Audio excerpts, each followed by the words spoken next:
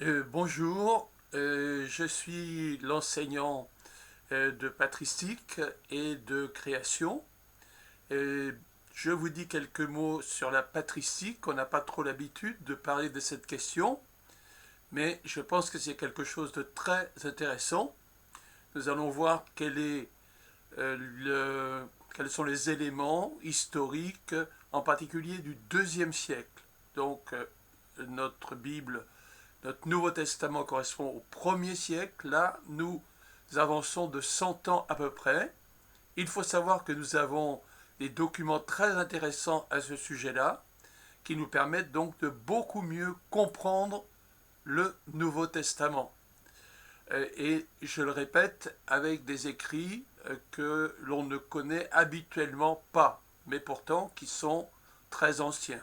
La Didaché, par exemple, c'est fin du 1er siècle. Les épîtres, la première épître de Clément, comme on dit, mais en fait il n'y en a qu'une, l'épître de Clément de Rome, c'est 1er siècle, fin du 1er siècle également. Donc les pères apostoliques dont nous allons parler sont des auteurs qui vont en gros de 95 à 150. Et donc, quand on parle de l'Église primitive, eh bien, on parle normalement de l'apôtre Paul, de Pierre, etc., du 1er siècle, donc, mais là, nous avons accès au 2e siècle. Et donc, nous avons des écrits très intéressants. La Didaché, par exemple, parle du baptême par immersion, parle des ministères d'apôtres, de prophètes, de docteurs. Ignace d'Antioche est intéressant pour le martyr, puisqu'il va subir le martyr à Rome vers les années 115, on va dire. Il parle aussi de l'organisation de l'Église, et c'est très intéressant pour savoir quelle organisation il y avait réellement pour les églises du 1er siècle. Et donc ça permet de mieux comprendre.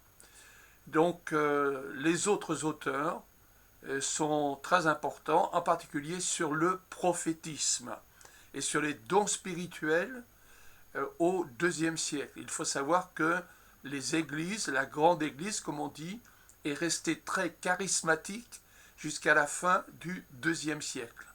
Voilà, le polycope est prêt et nous serons heureux de nous retrouver. Je serai très heureux de vous retrouver et je pense que l'étude que nous ferons ensemble sera très utile pour découvrir ces textes, comme je le dis, assez inconnus. Que Dieu vous bénisse et à bientôt, je l'espère.